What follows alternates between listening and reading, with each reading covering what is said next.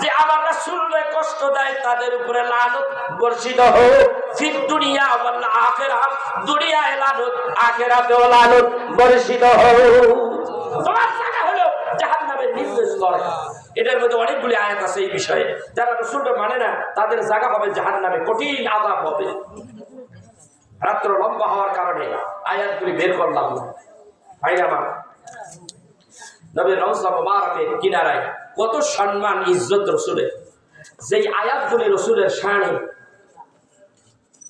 কোরআনের মধ্যে রয়েছে তার কিছু কিছু বিশেষ আয়াত স্বর্ণের অক্ষরে ওখানে লিখে রাখছে এই জন্য আমরা অনেকে বলি রাসূলের সম্মান কেমন এটা গরম পানি দিতে বাবা এটার ভিতরে মিক্সার রাসূলের সম্মান কেমন ফালাইও না কেমন সম্মান শুনেন কেমন ইজ্জত আমার রাসূলের এই জন্য আমি বলি বুঝলি না রে কপাল পুরা আমার নূর নবীজির শান যেই নবীজির শানের কথা কোরআনে বহায়ার বুঝলি না রে কপাল পুরা আমার নূর নবীজির শান বুঝলি না রে কপাল পুরা আমার নূর নবীজির শান রউফুর রহিম যিনি মুমিনের ওই আপন তিনি রউফুর রহিম যিনি মুমিনের ওই আপন তিনি প্রেম সাগরে ডুবে দেখো নবী মোদের প্রাণ বুঝলি না রে কপাল পোড়া আমার নূর নবীজির শান বুঝলি না রে কপাল পোড়া আমার দয়াল নবীজির শান ঠিক কি না কোরআনে আছে না নাই আছে না নাই এক জায়গায় দেখি রাসূলের নাম রওজা শরীফের উপরে লেখা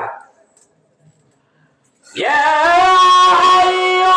আইয়ুহাল্লাযীনা আমানু লা তারফাউ আসওয়াতাকুম ফাওকা সাওতুন নবী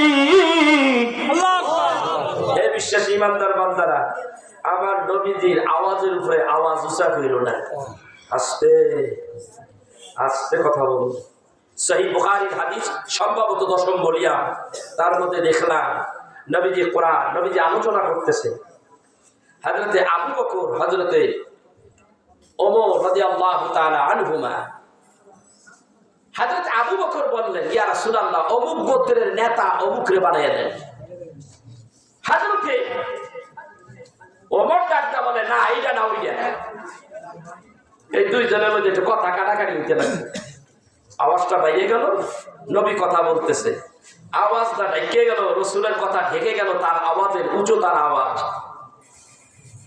এই সময় এই আয়াত নাযিল হয়ে গেল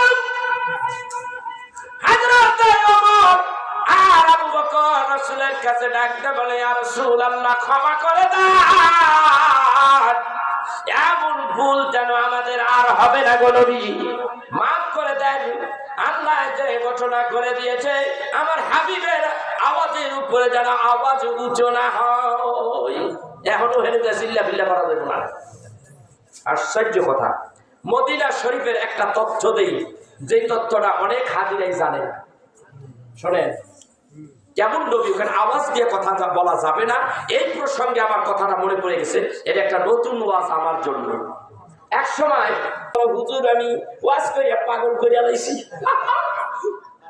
কত বড় হুজুর চারটা তরিকায় খেলাফত পাইছি পীরের পোলা পীর আমার বাবা কত বড় আল্লাহর ওলি ছিলেন যার কাশফুটা খোলা ছিল চুরি করে পকেট মারে কতক্ষণ পরে ধইরা পালায় হাজারো মানুষের মধ্যে তুই চুরি করছস হ্যাঁ তুই চুরি করছস আমার টাকাতে জলদি টাকাতে হুজুর গো নেয়ামত টাকা হজম করার ক্ষমতা নাই কথা কয় না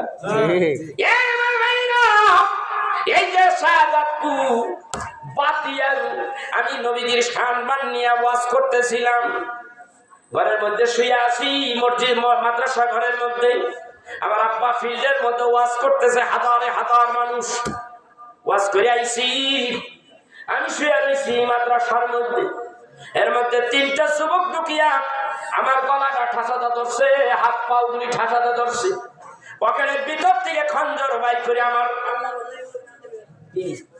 ভাইরে সুন্নিয়াতের দাওয়াল, আমার রক কাইটা দিব, আমার পায়ের রক কাইটা দিব। আল্লাহ রাব্বুল আলামিন সেই দিন কিন্তু আমার বাঁচার উপায় ছিল না। কেমনে জানি পা টান দিছি, টান দিয়া লাইছিল, কেমনে পাও টান দিছি, কাটতে পারে নাই। আমার শরীরের ভিতরে ঘর্ম হতে লাগলো, এত ঘাম। আজকে বুঝি আমি বাঁচবো না, কেউ নাই রে আমার পাশে। আল্লাহ তুমি কিন্তু আসো, আমি কিন্তু বিপদে পড়ে গেছি। আল্লাহ নেই, আমি কিন্তু তোমার হাবিবের কথা বলতে চাই, আমি বিপদে পড়ে গেছি। আল্লাহ তুমি কিন্তু বদরের ময়দানে সাহাবীরা বিপদে, আল্লাহ হাবিব কান্দে, আল্লাহ ডাকদা বলে ওয়ালা তাহিনু ওয়ালা তাহজানু ওয়া আনতুমুল আ'লাউনা ইন কুনতুম মুমিনিন। কোনো ভয় নাই, কোনো চিন্তা নাই, যদি মুমিন হও বিজয় কিন্তু তোমাদের হাতে রেখেছি ও মুসলমান জাতি। ওই আয়াতের কথা আমার স্মরণ হয়ে গেল। আল্লাহ রে, আমি তো কোনো অপরাধ করি নাই, তোমার হাবিবের কথাই বলেছি। শুধু একটা কথা বলেছি, নবী হাজির ও নাজির, তাও কিতাবের মধ্যে, কিতাব আমার হাতে। এই কথা বলার কারণে আমার পায়ের রকের মধ্যে যেইভাবে টান মারছিল, আল্লাহ আমার বাঁচাইছে।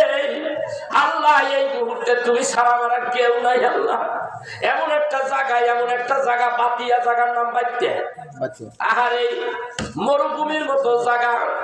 আমি বিপদে পড়ে গেলাম, আমি আল্লাহর স্মরণ করতে লাগলাম, আল্লাহ তুমি আমার পাশে থাইকো। এই মধ্যে কয়েকজন যুবক দরজার কিনারে ধাক্কায় দরজা খোলেন, তাড়াতাড়ি কে আসেন ভিতরে। ধাক্কাইতে ধাক্কাইতে দরজা খুলে ফেললেন। ওরা দরজা অটোমেটিক খুলে গেল, আপনি ভিতরে ঢুকে গেল। অল্প সময়ের ভিতরে কয়েকটা ধাক্কাই খুলে গেল। এইটাই হলো আল্লাহর কারিশমা। অমনি ওই যুবকেরা খঞ্জর লই একটা দৌড় মারছে, আর ওরা ভিতরে ঢুকলো। আমি দৌড়াইয়া গেলাম আব্বার কাছে, আব্বার কাছে দৌড়াইয়া বললাম, আব্বা হুজুর আমার একটু মাইকটা দেন, আমার বড় বিপদ। মাইকটা ধরিয়া বললাম, ও জাতি ভাইরা আমার, মুসলমান দিনদার ভাইরা, ওয়াজ করে গেলাম, এইটাই আমার অপরাধ। আমাকে যেই রক কাইটা দিয়েছিল, আমাকে 3 জন যুবক মেরে ফেলতে চাইছিল। অমনি মানুষগুলি খেয়ে গেছে, থামাই দেওয়া হলো। আব্বা হুজুর কেবলা রহমাতুল্লাহ আলাইহি খাবার খাইতে এলাম, মাহফিল শেষ করিয়া। কথা প্রসঙ্গে হুজুর কেবলা সভাপতি যিনি আছিল, বয়সটা ওনার চাইতে আর একটু জোয়ান হবে, আরে ডাক দিয়ে কই, ওই মিয়া কামটা তো তুমি করছো। আমি দেখছি, আমি আর মনে হলে দেখছি বেড়া কামটা করবো কি, হুটা হুটাই বুড়িয়ার ধরে আমতাছে খুলতাছে। চিন্তা করছেন, আমার ধ্যান চিন্তা হলো অন্যরকম। 2008 সাল 8ই জানুয়ারি ঘটনাটা ঘটছে। এই মিয়া তুমি এই কাম করছো। অনেকক্ষণ পর্যন্ত ধমকাইতে লাগলো। তুমি বলো, বলে আমি ফলাফল পাঠাইছিলাম, আমি তো মারতে পাঠাই নেই, স্বীকার করে লাইছে, ধরিয়ে লাইছে। আমি সেই বেটার পোলামকে আশ্চর্য হয়ে গেলাম, এটা কেমন তোর বলো কারবার। ওয়াজ হচ্ছে কিন্তু আমার বাবার কাছে বলা, একটু সময়ের জন্য লড়ে নাই, কিন্তু মানুষ সেট করে থুয়ে দিছে। চিন্তা করছে, ধরিয়ে লাইছে। এত বড় হুজুরের বলা, আমি একটু মুখটা যদি একটু দেই, ভাই খাইবেন না? না, সাইড করি কার পীর আমি, কামেলে মোকাম্মেল, কথা কয় না। মোকাম্মেলের উপরে আরো যদি কিছু থাকে পানিশমেন্ট, কথা কয় না। খাইবেন না একটু? না। হালাল না হারাম? হারাম। হারাম। আর আমার নবীর বেলায় উল্টা হয়ে গেছে। নবীরটা হইল প্রস্রাব নাই, প্রস্রাব মুবারক। ঠিক। মাইয়া আমার বন্ধুরা, আমার বিষয় কিন্তু একটা দিছে। আলোচনা করতে করতে ধ্যান করিয়া ভিতরে ঢুকে যাবো। টাকার দরকার? জি। টাকার দরকার? কত দরকার? রাখেন না, কত নিবে? অপেক্ষা করে।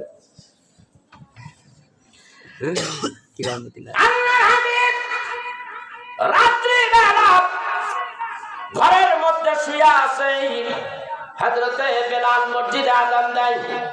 আল্লাহু আকবার, আল্লাহু আকবার।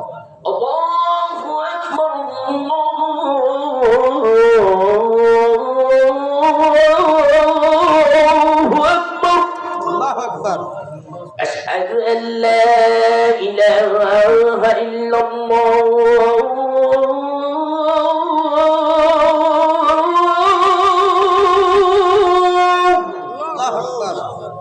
আশহাদু আল্লা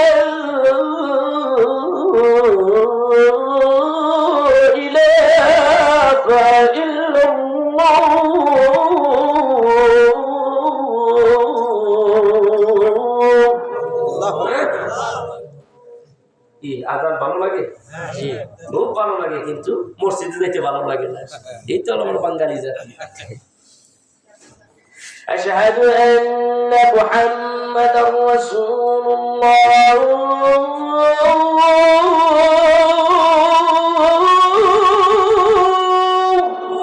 আল্লাহু আকবার। আশহাদু আন্না মুহাম্মাদার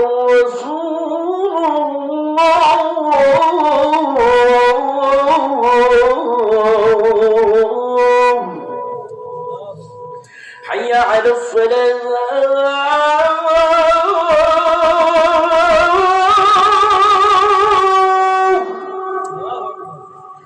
حي على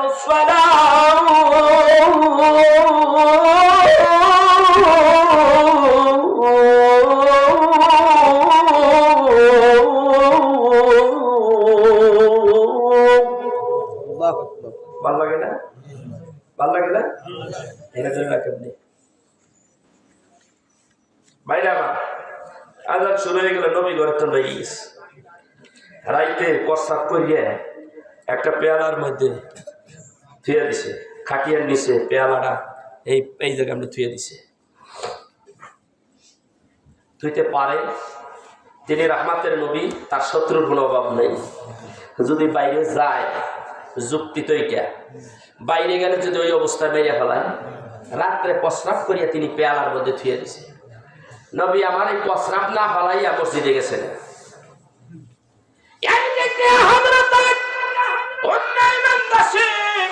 নবীজির পালক আম্মা, নবীজিকে 6 বছরের পরে হযরতে উম্মে আইমান দাসী লালন পালন করেছে।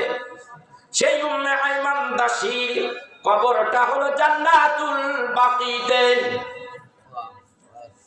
এই উম্মে আইমান দাসী ঘরের ভিতরে ঢুকছে, বিছানাটা ঠিক করবে, একটু ঝাড়ু দিয়া দিবে। ভেতরে ঢুকিয়া দেখে রে এমন এমন ঘেরান আইতে আছে, মেশকো আম্বিরের ঘেরান ধাসে ধাসে আইতেছে। এত মজার ঘেরান জীবনে কোনোদিন পাই নাই। কোত্থেকে এই ঘেরান আসতেছে? উম্মে আইমান দাসী বলে এমন ঘেরান জীবনে দেখি না। এই ঘেরান কোথা থেকে আসতেছে? উম্মে আইমান দাসী খোঁজাখুঁজি করতে লাগলো, গোটা ঘর তন্ন তন্ন করে খুলতে লাগলো। এক সময় কায়া দেখে নবীজি যেই খাটিয়ার মধ্যে ঘুমায়, ওই খাটিয়ার নিচে পায়া বরাবর একটা পেয়ালার মধ্যে স্বচ্ছ পানি, ওই পানির ভিতর থেকে সুঘেরান মেশকো আম্বিরের ঘেরান আসতেছে। উম্মে আইমান দাসী পাগল হয়ে গেছে। উম্মে আইমান দাসী যাও আর দেরি করলেন না, অমনি ওই পাত্র হাতের মধ্যে নিয়ে সব পানিগুলি পান করে ফেলেছে। আমারটা তো খাইতে চাইলেন না, এটা তো খাইলেন। রাসূল আসলেন, ঘরের মধ্যে ঢুকিয়া খোদাখুদি করেন। উম্মে আইমান দাসী বলে, ইয়া রাসূলুল্লাহ, ইয়া হাবিবাল্লাহ, আপনি কি খোঁজেন গো নবীজি? মানে এই পেয়ালার মধ্যে পানি ছিল, পানি কই, কি করেছো? ইয়া রাসূলুল্লাহ, ইয়া হাবিবাল্লাহ, এই পানির ভিতর থেকে মেশকো আম্বিরের ঘ্রাণ আসতেছে। আপনি পয়গম্বর, ও নবীজি, মনে হয় জান্নাতুল ফেরদাউস রাত্রি সায়ের করেছেন, ভ্রমণ করেছেন, ওখান থেকে সারাবান তাহুরা নিয়ে আসেন। আমি যে সবটুকু পান করে ফেলেছি, শুধু পান করেই খাদ্য হয় নাই, বর্তন ধুইয়া ধুইয়া আরো খাইছি। বলে নাই কেন খাইলি, কেন খাইলি, আর খাইস না এমন বলে নাই, খেয়ে দিছে। যা পানি তো পান করেছ, জানে যা তোর জন্য দোজখের আগুন হারাও। কেমন নবী রে এই নবীর আমরা তো চিনলাম না। এটা কেমন নবী চিনলাম না। বাইরে আবার রাত্র অধিক হয়ে যাওয়ার কারণে আমি আলোচনা দীর্ঘায়ু করবো না। এই নবীকে একটু হাত করা দরকার আসেনি? জোরে বলেন।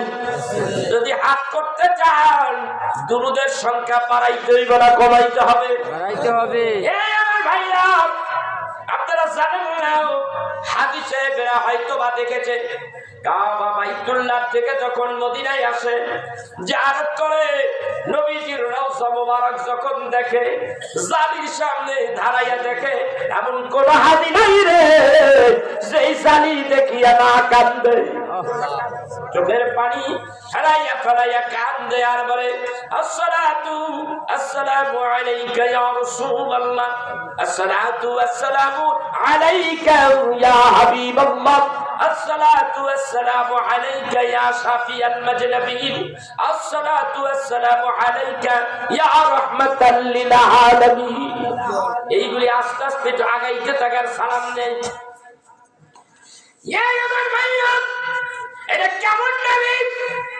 আজকে বাংলাদেশের মধ্যে এক জাক মোল্লার গোষ্ঠী বাইর হইছে, ডলার খাওয়াই না মোল্লা।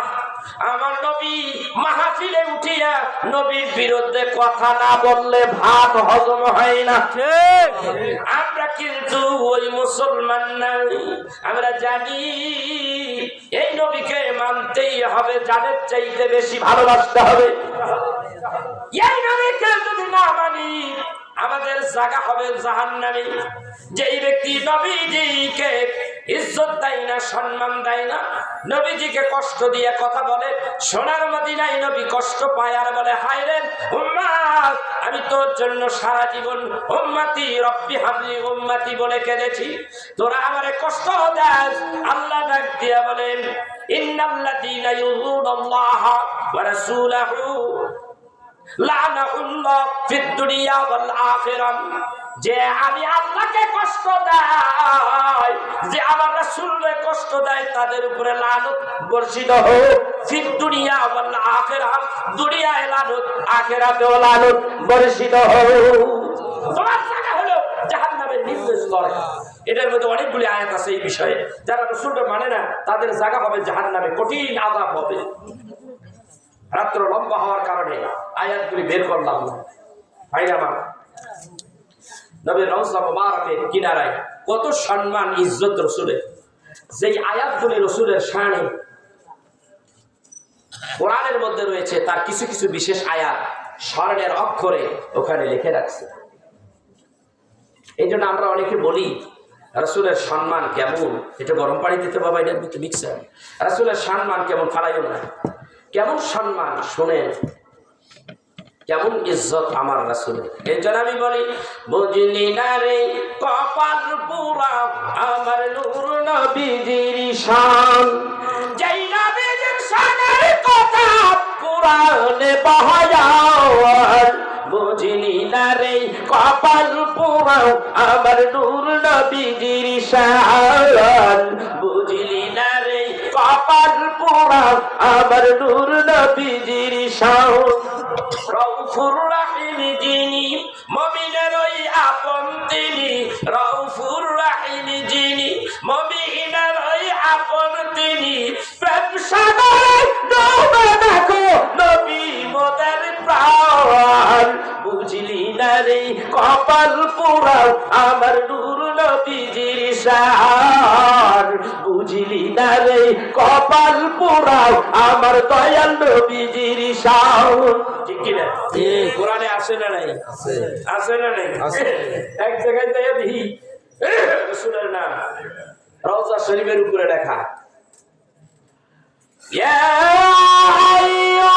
আইয়ুহাল্লাযীনা আমানু লা তারফাউ আসওয়াতাকুম ফাওকা সাওতিন নবী। হে বিশ্বাসী ইমানদার বান্দারা, আমার নবীজির আওয়াজের উপরে আওয়াজ উঁচা করিল না, আস্তে আস্তে কথা বলুন। সহিহ বুখারীর হাদিস, সম্ভবত 10ম বলিয়া। তার মধ্যে দেখলাম নবীজি কোরআন, নবীজি আলোচনা করতেছে। হযরতে আবু বকর, হযরতে ওমর রাদিয়াল্লাহু তাআলা আনহুমা। হযরত আবু বকর বললেন, ইয়া রাসূলুল্লাহ, অমুক গোত্রের নেতা অমুকরে বানাইয়া দেন। হযরতে ওমর ডাকটা বলে, না এইটা না ওইটা। এই দুইজনের মধ্যে একটু কথা কাটাকাটি হইতে লাগছে। আওয়াজটা বাইরে গেল, নবী কথা বলতেছে, আওয়াজটা ঢেকে গেল, রাসূলের কথা ঢেকে গেল তার আওয়াজের উচ্চতার আওয়াজ। এই সময় এই আয়াত নাযিল হয়ে গেল। হযরত ওমর আর আবু বকর রাসূলের কাছে ডাকতে বলে, ইয়া রাসূলুল্লাহ, ক্ষমা করে দেন, এমন ভুল যেন আমাদের আর হবে না গো নবী, মাফ করে দেন। আল্লাহ যে ঘটনা করে দিয়েছে, আমার হাবিবের আওয়াজের উপরে যেন আওয়াজ উঁচু না হয়। এখনো হেরে চিল্লা বিল্লা করা যাবে না। আশ্চর্য কথা, মদিনা শরীফের একটা তথ্য দেই, যে তথ্যটা অনেক হাজিরাই জানে না। শোনেন, কেমন নবী, ওখানে আওয়াজ দিয়ে কথা বলা যাবে না। এই প্রসঙ্গে আমার কথাটা মনে পড়ে গেছে, এটা একটা নতুন ওয়াজ আমার জন্য। এক সময় রেল লাইন মদিনা তুল মুনাওয়ারার একেবারে নিকট দিয়া গেছে রেল লাইন। ওখানে একটা স্টপেজ ছিল, একটা স্টেশন ছিল বহু আগে। বর্তমান যিনি প্রেসিডেন্ট বাদশাহ সালমান, তার দাদার যুগে ওই রেল লাইনটা ওইখান দিয়ে তুর্কিরা ওইখানটা নিছিল রেল লাইন। ওখানে একটা স্টেশন ছিল। ট্রেন থামলে পরে আওয়াজ হয় না, বাঁশি দেয় না। আর ট্রেন গেলে ট্রেনের একটা শব্দ হয়, ঝক্কর ঝক্কর, অনেক বড় বিকট আওয়াজ। এই আওয়াজ হায়াতুন নবী, রহমতের নবী ঘুমের ডিস্টার্ব হবে। আল্লাহু আকবার। এই প্রিন্স সালমান তার দাদা তখন এই চিন্তাটা করলো, তুর্কি বাহিনীরা এখান দিয়া রেল লাইন নিয়েছে, এখানে একটা স্টপেজ, এখানে একটা স্টেশন, এখান দিয়ে রেল লাইন যায়, ঝক্কর ঝক্কর আওয়াজ হয়। রেল যখন এখানে থামায় তখন কিন্তু বাঁশি দেয়, থামানোর বেলাও বাঁশি মারে, যাবার বেলাও জোরে বাঁশি মারে, অনেক বিকট আওয়াজ। আমার ভাইয়া, ওই সময় তৎকালীন প্রেসিডেন্ট বাদশা তখন বলল, এইখানে এই রেল স্টেশন এখানে রাখা যাবে না, এই লাইনটা এখানে রাখা যাবে না। কেন রাখা যাবে না? এইভাবে যদি রেল লাইন দিয়া রেল যদি যায়, ঝক্কর ঝক্কর আওয়াজ হয়, আবার যখন এখানে স্টপেজ দেয় তখন কিন্তু আওয়াজ দিয়ে একটা বাঁশি দেয়, যাবার বেলাও বাঁশি দেয়। এর এতে করে আমার আল্লাহর হাবিবের রওজার মধ্যে ডিস্টার্ব হয়। অতএব এইখানে রেল লাইন, রেল স্টেশন রাখা যাবে না। আজও সেইটা এই মানে দর্শনার্থীরা দেখতে যায়, কিন্তু রেল চলে না, ওটি এখনো আছে, মদিনায় আছে এখন। কি সম্মান, কোথায় গেল এই সম্মান? কিন্তু মদিনাবাসী সরকার কর্তৃক যে সম্মানটা এখনো দিয়ে রাখছে। আরেক জায়গায় দেখি লেখা, আরবি ভাষায় বড় বড় অক্ষরে লেখা,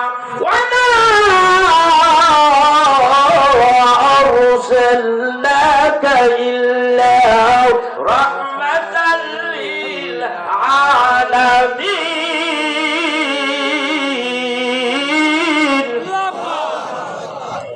আমার ভাইরা, বন্ধুরা আমার, এইরকম অনেকগুলি আয়াত আছে ওইখানে লেখা।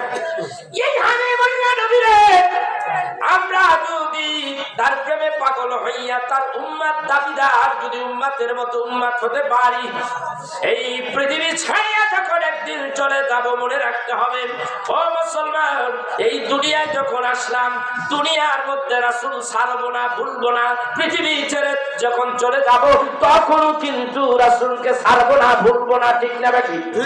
ভাই আমার, বন্ধুরা আমার, একটা মানুষ যখন ইন্তেকাল করে, এই মানুষটারে যখন ঘরের ভিতর থেকে বের করে নিয়ে আসে, মানে না, গরম পানি, পেট্রো গরম পানি দিয়া যখন গোসল করার জন্য যখন নিয়ে যাওয়া হয়, তখন অনেক উঁচু করে চারজন ব্যক্তি, ঠিক কিনা, এই এইদিকে এই সময় ওই মুর্দা ব্যক্তি চিৎকার মারে। ইমাম গাজ্জালী রাহমাতুল্লাহ আলাইহি তার দাকাইকুল আকবার কিতাবের মধ্যে লেখে, আজকের থেকে 18-19 বছর আগে কিতাবটা পড়েছিলাম। এই মানুষটাকে যখন জানাজার জন্য প্রস্তুত করা হলো, জানাজা পড়ানো হলো, এইবারে খাটিয়া 4 জনে ধরিয়া ধরিয়া গোরস্থানের দিকে নিয়ে যায়। মুর্দা ব্যক্তি চিৎকার মারতে থাকে। ভাইরা আমার, এমন জোরে চিৎকার মারে, চিৎকার মারতেই থাকে, মারতেই থাকে। আল্লামা শাহ কারামত আলী জয়পুরি রাহমাতুল্লাহ আলাইহি তার মাদখাল কিতাবের মধ্যে লেখে, ওই জায়গায় যখন জানাজা হয়, রহমতের নবী ওই জায়গায় হাজির হয়ে যায়। রহমতের নবী হাজির হয়ে যায়। আল্লাহু আকবার। হাজির হয় তখন নবী কান্দে, রব্বি হাবিব উম্মতি, ও আল্লাহ কিছুক্ষণের মধ্যে আমার এই উম্মতটা কবরের মধ্যে চলে যাবে। আল্লাহ গো, এই দুনিয়ার জমিনে থাকা অবস্থায় আমি রহমতের নবী আমার উম্মতের গুনার জন্য মাপ চাইলাম রে আল্লাহ। হায় হায় হায় হায়, কেমন নবী এটা! কবরের মধ্যে রেখে দেওয়া হয়, চিৎকার মারে মুর্দা। এই চিৎকার কেউ শোনে না, কেউ শোনে না।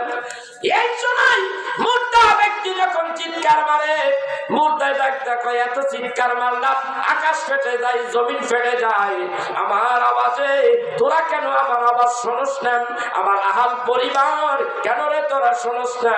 ও আমার মুসলমান ভাইরা, আত্মীয় স্বজনেরা, আমি তোমাদের দেখতে পাই, তোমরা কি আমার আওয়াজ শোনো না? কথার আওয়াজ শোনো না? আমার কোথায় লইয়া যাও, কোথায় লইয়া যাও? লম্বা ইতিহাস নিতে নিতে যখন কবরে নিয়ে কবরস্থানে নিয়ে আসলেন, কবরের মধ্যে রাইখা দেয়, তখন জানি কি কয়, কথা কয় কি কয়, তখন কি কয়, কবরের রাখে তখন কি কয়, কেউ কবরের মধ্যে যখন লাশ রাখে তখন কি কয়, ওয়া শোনেন কে আপনাদের দেশে কেমনে রাখেন? বিসমিল্লাহ দিয়ে এই দোয়াটা হইলো বিসমিল্লাহি ওয়া আলা রাসূলিল্লাহ, বিসমিল্লাহি ওয়া আলা মিল্লাতি রাসূলিল্লাহ। এর অর্থ হলো, আল্লাহ গো, তোমার নামে রাসূলের মিল্লাতে রেখে গেলাম। তাহলে রসুল আসে না নাই? দেওয়ার বেলা মুর্দা যখন কবরে যায় তখন রসুল আসে না নাই? গভীর মনোযোগ।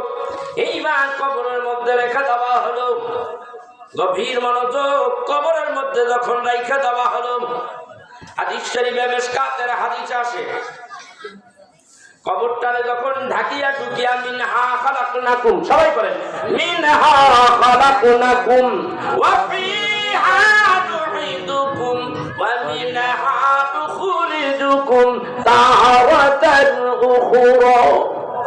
এই বলিয়া মাটি দিয়া যখন 40 কদম চলে আসেন, এমন সময় একজন রোমান ফেরেশতা আসেন। গভীর মনোযোগ। কি আসে? মনকির নকির ফেরেশতা আসার আগে আরেকটা ফেরেশতা ঢোকে, নাম তার রোমান ফেরেশতা। গভীর মনোযোগ। অনেক দূর কিতাবের গভীরের থেকে এই ঘটনাটাইলে উঠাইছি আমি। রাত্র 1টা পার হয়ে যায়, অত কষ্ট করে আমি বয়ান করতেছি। গভীর মনোযোগ। কিছু পাইতে হইলে একটু বসতে হবে, কষ্ট করতে হবে। গভীর মনোযোগ সহকারে শুনুন।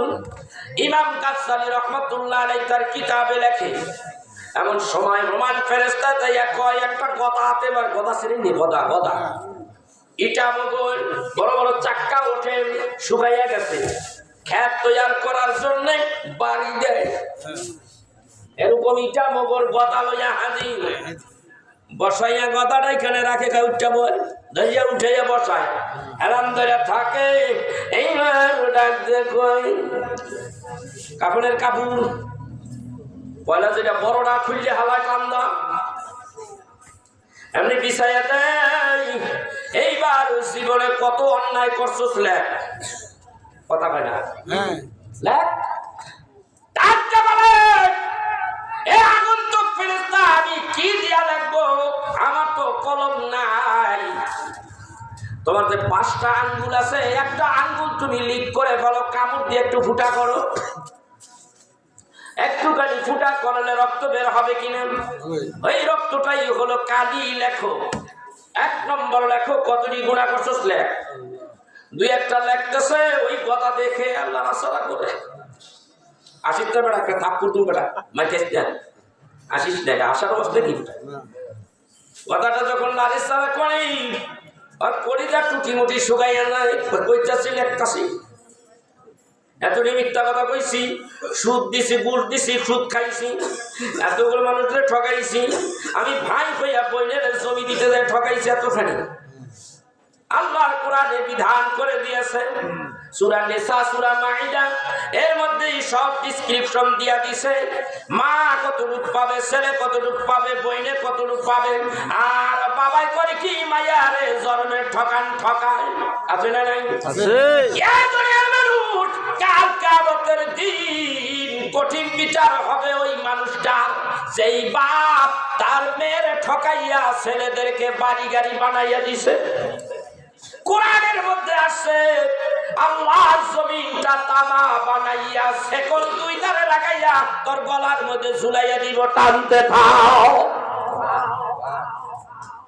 আর স্বর্ণ গহনার যাকাত ফিতরা দিলি না, যাকাত দেস নাই, কিয়ামতের দিন ওই স্বর্ণগুলি আগুন দিয়া জ্বলাইয়া গালাইয়া এমন ভাবে করবে, লাল করে দেবে, আর পিঠের মধ্যে স্বর্ণ দিয়া দাগাইবে আর বলবে যাকাত দেশ নাই, স্বর্ণের যাকাত দেশ নাই, এর আরাম কত মজা, স্বাদ টেস্ট কর।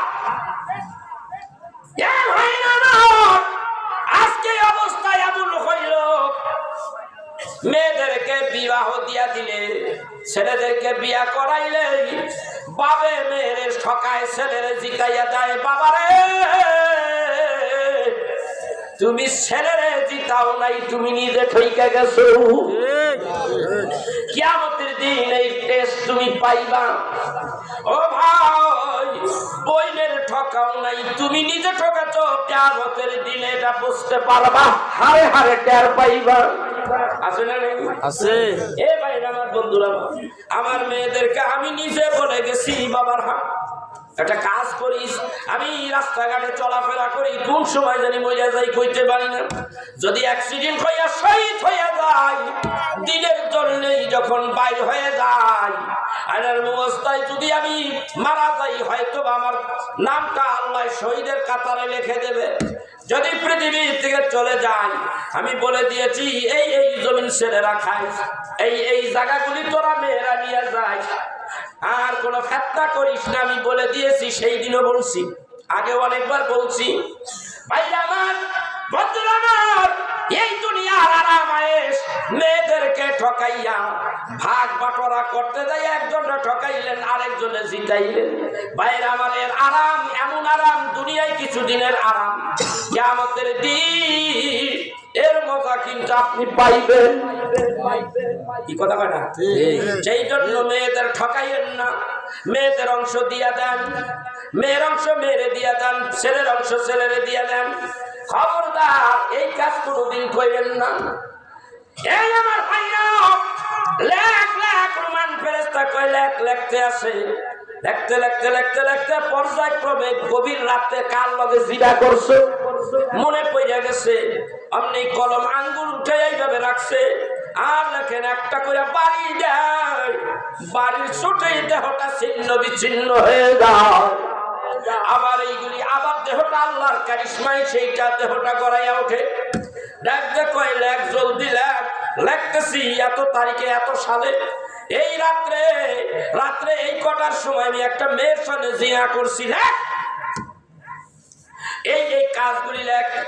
বাইরে আমার লেখাইল, এরপরে বলতেছে এইবার আরেকটা পিঠের মধ্যে বলে, এইবার যা ভালো ভালো কাজ করছো এইগুলি লেখ, এইগুলি ঢক ঢক করে দেখে, তাড়াতাড়ি লেখে।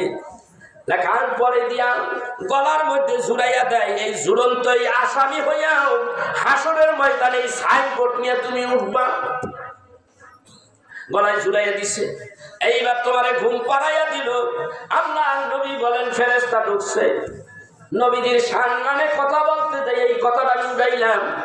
আপনার নিদান কালের বন্ধু, আপনার আমার দয়াল নবী, আমার নবী কেমন নবী? হাদিস শরীফের মধ্যে আসে এইবার ওই ফেরেশতা বিদায় হয়, এইবার মুনকির নকির ঢোকেন। কিরামান কাতিবিনা ইয়ালামুনা মা তাফআলুন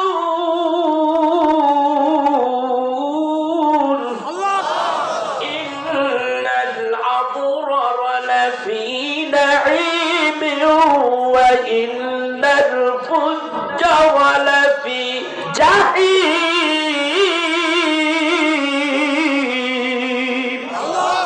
আল্লাহ ডাক দিয়ে কয়, ভালো কাজ করলে জান্নাত পাইবি, খারাপ কাজ করলে জাহান্নামে যাইবি। কিরামান কাতিবিনা ইয়ালামুনা মা তাফআলুন। দুই কান্দে দুইজন ফেরেশতা, সম্মানিত ফেরেশতা, তুমি কি করতেছো? তুমি মনে করেছো আন্দার রাইতে চুরি করছি, আল্লাহ দেখে না? তুমি গোপনে গোপনে একজন মানুষের 12:30 বাজাইয়া দিলা, তারে ঠকাইলা, ভাইরে ঠকাইলা, বোনেরে ঠকাইলা, কেউ জানে না, কোন মানুষ জানে না, কেউ দেখে না। না না, তোমারে বলবো, তোমার এই চোখ দুইটা দিয়ে তুমি দেখছো নি? কথা বল না, আপনি জানেননি? আপনি জানলে যথেষ্ট। আপনার হাত জানে কিনা, আপনার চোখ জানে কিনা, আপনার পা খবর আছে না নাই? কিয়ামতের দিন সব চাইতো আপনার বিরুদ্ধে উল্টা কথা কইব, কেউ আপনার পথে আপনার পক্ষে দায়িকা কথা বলবে না। ঠিক না বেঠি? ভাইয়া, আমি মাওলানা লতিফ নুরি একদিন থাকবো না। আজকে যে ওয়াজগুলি করে গেলাম আমার জীবনের হয়তো বা জীবনের শেষ ওয়াজ। আমার ভাইরাও এইটা আমার পাশে বসে আছে, হুজুর বেশি সময় ওয়াজ করেন না, শরীরের অবস্থা আপনার ভালো না হুজুর। আমারে বারবার বলে, তবুও বেশি বেশি সময় দিয়ে আনলিমিটেড ওয়াজ করি। কেননা ওয়াজ করি আমার জাতি ভাইরা, সুন্নি ভাইরা, ওয়াজ আমাকে জানু। একটা কথা যদি আমার আমল করে, আমার উপকার হবে, তারও উপকার হবে। আমি যদি আলোচনা করতে যাই, আমি যদি শহীদ হয়ে যাই, মরে যাই, কিয়ামতের দিন আল্লাহর কাছে বলতে পারবো, আল্লাহ রে, তুমি বলেছো ফাইন্নামা আলাইকাল বালাগ, তোমার দায়িত্ব ছিল প্রচার করা। আল্লাহ, আমি ঠিকই প্রচার করেছি। আল্লাহ গো, মানুষের সঙ্গে কন্টাক্ট করি নাই, টাকা পয়সা লেনদেন করি নাই। আল্লাহ গো, তোমার হাবিবের কথা, তোমার কথাগুলি আমি চেষ্টা করেছি মানুষদেরকে বুঝাইবা। এই চিন্তা নিয়ে সব সময় ওয়াজ করি। ওয়াল্লাহি ওয়াল্লাহি, আল্লাহর কসম করে বললাম, ভাইয়া এইবার কবরের মধ্যে এইবার ওইটাই ঢুকবে, ঢুকে বলবে মান রব্বুকা ওয়া মা দীনুকা ওয়া মান নাবিয়ুকা। তিনটা প্রশ্ন করবে। ভাইরা আমার, তিনটা প্রশ্নের জবাব দিতে পারলে তো শোনাই সোহাগা। আর বুখারীর হাদিসে আছে, তোমাকে বলবে মান রব্বুকা, জবাব দিতে পারলা না, বললা লা আদি, জানি না জানি না। ওয়া মা দীনুকা, তোমার দিন কি? লা আদি, জানি না জানি না জানি না। তোমাকে যখন বলা হবে দুইটা প্রশ্নের জবাব তুমি দিতে পারলা না, বুখারীর হাদিসের মধ্যে আসছে, একটা প্রশ্নের জবাব না দিলে তোমার উপায় থাকবে না, কষ্টের সীমা থাকবে না। আল্লাহর নবী বলেন, হাদিস শরীফের মধ্যে আছে, নবীজি ডাক দিয়া বলে, তোমার যখন জিজ্ঞাসা হবে ওমান নাবিয়ুকা, তোমার নবীকে, মিশকাতের হাদিসের মধ্যে আসছে, নবীজিকে ওই কবরের মধ্যে, তোমার কবরের মধ্যে, যার কবরের মধ্যে হাজির করা হবে। আর বলা হবে মান হাজার রাসূল, এই ব্যক্তিটার চিনুনি, যেই ব্যক্তি আশিকে রাসূল, তার জবান দিয়া বের হয়ে যাবে হাজা মুহাম্মাদুর রাসূলুল্লাহ সাল্লাল্লাহু আলাইহি ওয়াসাল্লাম। এইটাই হলো আমার প্রাণের নবী, আমার জিন্দা নবী, যেই নবীর ওয়াজ শুনে শুনে কাঁদছি। মাওলানা লতিফ নুরি কাঁদছে, আমরাও তার সঙ্গে কেঁদেছি। এই তো সেই আমার নবী, একমাত্র আশিকেরা নবীরে চিনতে পারবে। আর যারা বেঈমান, আকার কুকান বেশি বেশি করছে, দিনের পথে নিজের সময় ব্যয় করে নাই, দিনের পথে চলে নেই, এই মানুষটার অবস্থা হবে, সেই মানুষটার জানা থাকলো আল্লাহ ভুলাইয়ে দিব। সেই ব্যক্তিকে বলা হবে মান হাজার রাসূল, এই ব্যক্তিটার চিনুনি। এই ব্যক্তি বলবে লা আদরি লা আদরি, হায় হাতা লা আদরি, হায় হাতা লা আদরি, না না, সিরিরাম সিরিরাম। আল্লাহ ডাকতে বলবে, আমার চেনস নাই, এই কবরটার মধ্যে জাহান্নামের আগুন দিয়া ভরপুর করে দেয়, কিয়ামত পর্যন্ত জ্বলতে থাকুক। এই কবরটার মধ্যেই সাপ বিচ্ছুর বাসা বানাইয়া দেয়। তার সেই মানুষটা একমাত্র শুধু এইটাই না, সে চিনল না।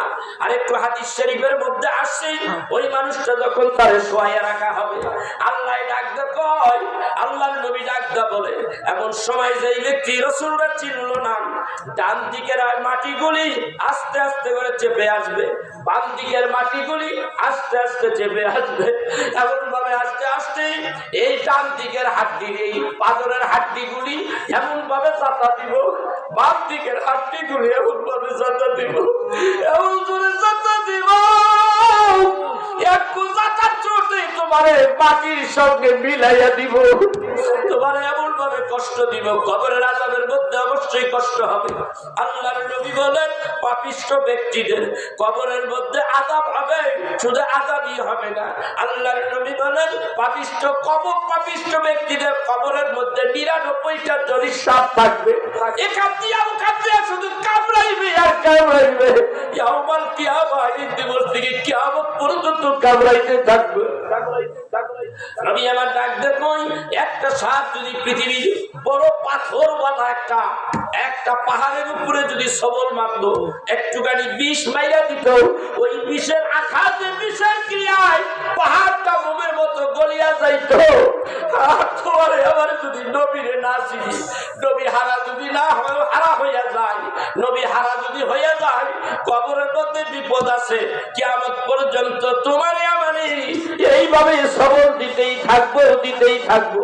ও আমার ভাইরা, এই জন্যই বলি, বেশি বেশি নবীর দুরূদ পড়ো, বেশি বেশি নবীর মিলাদ পড়ো, বেশি বেশি নবীর পাগল হও। নবীর পাগল হইলে আল্লাহ তাআলা ঘোষণা দিছে, তোমার জীবনের গুনাহ মাফ। সেই নবীর পাগল হইলে গুনাহ মাফ হইয়া গেলে, ওই নবীকে কবরের মধ্যে যদি চিনতে পারো, যদি আসে খাও, কবরের মধ্যে চিনতে পারবা। যদি কবরে চিনতে পারো, আশা করা যায় কবরে তুমি খালাও। যদি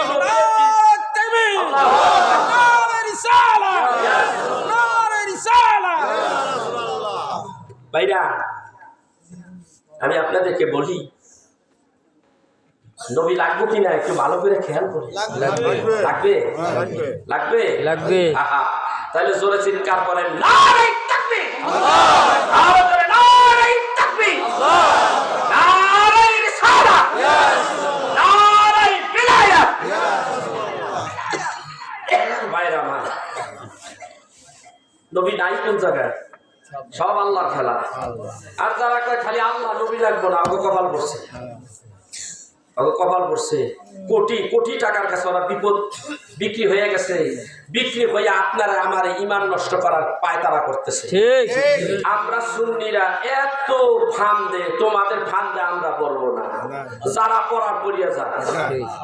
হাদিস শরীফের মধ্যে আসছে, নবীরে চেললে মুক্তি, নবীরে না চেললে অবস্থা খারাপ। কেমন মুক্তি? যেই ব্যক্তি বলবে হাযা মুহাম্মাদুর রাসূলুল্লাহ সাল্লাল্লাহু আলাইহি ওয়াসাল্লাম, নবীরে চিননি, এই ব্যক্তিরে চিননি, ওই সময় ওই ব্যক্তি যদি আশিকে নবী হয়, নবী প্রেমিক হয়, হাযা মুহাম্মাদুর রাসূলুল্লাহ সাল্লাল্লাহু আলাইহি ওয়াসাল্লাম, চিনি, এইটাই আমার প্রাণের নবী, এইটাই আমার প্রাণের নবী। আল্লাহর নবী ডাকতে কয়, এইবার একটা কাজ করো, কবরের ডান দিকে তুমি যে শুয়ে আছো, ডান দিকের মাটিটার 70 গজ দূরে সইয়া যাও, বাম দিকের মাটিকে বলবে 70 গজ দূরে সইয়া যাও। একেবারে এমন ভাবে আপনার একটা গোডাউন বানাইয়া দিব, বিশাল জায়গা হয়ে যাবে, কবরটা প্রশস্ত হয়ে যাবে। আপনার নবী বলেন, এই কবরের ভিতর দিয়ে একটা সুড়ঙ্গ বানান, এই সুড়ঙ্গর মাথা হবে কবরের মধ্যে। এই আশিকে নবীর কবরের মধ্যে সুড়ঙ্গের একটা মাথা থাকবে, আরেকটা মাথা নিয়ে আল্লাহর জান্নাতের মধ্যে লাগাইয়া দে। জান্নাতের যত আরাম আয়েশ আছে সবগুলি এই জান্নাতি ব্যক্তির ভিতরে ঢুকাইয়া দে। আল্লাহু আকবার। এরপরে নূরের ফরাশ তার পিঠের নিচ দিয়ে বিছাইয়া দে, বিছানা বানাইয়া দে। আল্লাহু আকবার। নবী এইবার দরকার আছে না নাই? আছে। আমিনপুরের ভাইরা, নবী যদি দরকার তাহলে নবীর প্রেমে কাঁদবেন, নবীর প্রেমে দুরূদ সালাম পড়বেন, মিলাদ কিয়াম পড়বেন ইনশাআল্লাহ। আর যদি দরকার না থাকে যা খুশি তা করেন, গা আমার যা বলার বলে দিছি। ঠিক দরকার আছে, আছে, এই নবীর দরকার আছে। আছে। এই নবীর দরকার থাকলে নবীর প্রেম ভালোবাসা অন্তরে রেখে ইনশাআল্লাহ মনে থাকবে। ইনশাআল্লাহ কথা পায় না, ইনশাআল্লাহ মনে থাকবে। আরে এই নবীর শান মান লাইট ঘুরে কইলেও শেষ হবে না, আমার মাথায় এখন এত আলোচনা এসে গেছে। নবী চাই, কোরআন চাই, হাদিস চাই, এজমা চাই, কিয়াস চাই, এই পাঁচটা চাই, ঠিক কিনা? ঠিক। কোনো ছাড় নাই। আর কাফের গোষ্ঠী যারা, এরা তো উপরে উপরে মাথায় টুপি, এই যে সেই দিন দেখছেন নি একটা ধরা খাইছে, কতদিন ধরে বলে নামাজ পড়ায়, নামাজ পড়ায় ইমাম সাহেব ধরছে, ধরা খাইছে বলে এখন কয় যে এটা তো দেখা যায় খ্রিস্টান। হ্যাঁ আমার আব্বা হুজুরকে রহমাতুল্লাহ আলাইহি আজকের থেকে 35-40 বছর আগে এই আলোচনা করতো, খ্রিস্টান এই দেশে আইসা পড়ছে, ইমামতি করতেছে, এই দাড়ির মধ্যে একটা ছোট্ট একটা বুতামের মতো একটা কি জানি আছে, ওইটার মধ্যে ওরা কথা কইতে থাকে, ওইটা আমেরিকায় জায়গা ওই কথা। হ্যাঁ, কত কিছু তার বাস্তব প্রমাণ এখন দেখতেছে। আজকের থেকে বহু বছর আগে আমার আব্বা হুজুর বলছে এইগুলির সমস্ত জমায়েত হলো সেই মদিনায়, মক্কায়, ওখানে বসে ওরা গুছায়, লোক গুছায় আর মাল পানি ডালতে থাকে, দিনার দেয়, ফুলুস দেয়, এটা দিয়ে এই কাম করবি, রসুলের বিরুদ্ধে কথা কবি। ওইখানেও খ্রিস্টানরা আছে। আমার বাংলাদেশে অভাব নাই। আমার ভাইয়া রসুলের বিরুদ্ধে যারা বলে তারাই মনে করবেন এটা খ্রিস্টানের জাত, এইটা খ্রিস্টানদের এজেন্ট, রসুলের দুশমন, সেইখানে পড়ে সেইখানেই থাকা। ঠিক কথা বলে কাকে জীবন চলে যাবে তবুও রসুলকে ভুলবো না, ছাড়বো না, ঠিক না বাসে? কারো কোনো আদর্শ আমাদের প্রয়োজন নাই, কারো কোন নেতার আদর্শের দরকার নাই, কোন ব্যক্তির আদর্শের দরকার নাই, কোন দলের অনুসরণের দরকার নাই। দরকার একটাই, লাকাদ কানা লাকুম ফী রাসূলিল্লাহি উসওয়াতুন হাসানাহ। হে উম্মাহ, হে বিশ্বের মুসলমান, তুমি তাকাও, রাসূলের চরিত্র ছাড়া তোমার কোনো গতি নাই, রাসূলের চরিত্র ছাড়া তোমার আবার মুক্তি পাওয়ার কোনো উপায় নাই, ঠিক না? ঠিক করে বল। এই জন্য সবাইকে বলবো, আমরা যতদিন বেঁচে থাকবো ততদিন রাসূলের আদর্শের জীবন গড়ব। রাজি আছি কিনা জোরে বলো। প্রত্যেকটা মুসলমানদেরকে বলে দিতে চাই, যারা আমার রাসূলের বিরুদ্ধে কথা বলবে, যারা আল্লাহদ্রোহী কাজ করবে, যারা রাসূলের চরিত্র থেকে, আমার রাসূল থেকে আমাদেরকে মাইনাস করার চেষ্টা করবে, যেখানে বসে চেষ্টা করবে ওইখানেই আঘাত, ওইখানেই প্রতিবাদ। রাজি আছে কিনা জোরে বলো। এই জীবনে কি নাম আছে? আল্লাহু আকবার, ইয়া রাসূলুল্লাহ সাল্লাল্লাহু আলাইহি ওয়াসাল্লাম, ইয়া আলী ভাইরা, এই জীবনে কি নাম আছে? যদি জীবনে রাসূলকে না পাই, যেই রাসূলের কথায়, যেই রাসূলের আঙ্গুলের ইশারায় চন্দ্র দুই ভাগ হয়ে যায়, যেই রাসূল কদম উপরের দিকে উঠাইলে আরশ আজিমে চলে যায়, যেই রাসূল কোন একটা বিষয়ের উপরে যদি হ্যাঁ বলে উম্মতি মুহাম্মাদীর জন্য তা জায়েজ হয়ে যায়, যেই বিষয়ে আল্লাহর হাবিব না বলে উম্মতি মুহাম্মাদীর জন্য সেটা হারাম হয়ে যায়, যেই রাসূলের কথাই হলো আইন, যেই রাসূল যা বলেছে প্রত্যেকটা কথা আল্লাহর কোরআন, আল্লাহর হাদিস, আমার রাসূলকে জীবন যাবে, রাসূলকে ভুলবো না, জীবন চলে যাবে, রাসূলকে ছাড়বো না, জীবন চলে যাবে, রাসূল বিদ্বেষী কথা বলবো না, সমর্থন করবো না। এই দেশে কতগুলি বেয়াদব মৌলবি বের হয়েছে, নামধারী খ্রিস্টান এজেন্ট, জীবন চলে যাবে তবুও তাদের কথা শুনবো না। রাজি আছো কিনা জোরে বলো। কতদিন আর বাঁচবে? 60 বছর, 70 বছরের জিন্দেগি। কিয়ামতের দিন লক্ষ কোটি কোটি বছর আল্লাহর জান্নাতে চলে যাবা। রাসূলের বিরুদ্ধে যারা কথা বলে তাদের বিরুদ্ধে তুমি বজ্র আওয়াজে প্রতিবাদ করো, আল্লাহ তোমাকে আমাকে জান্নাত দিয়ে দেবে। এর বিনিময়ে আল্লাহ জান্নাত দিয়ে দেবে। জান্নাতের মধ্যে তোমার আমার হায়াত শুরু হবে, শেষ নাই।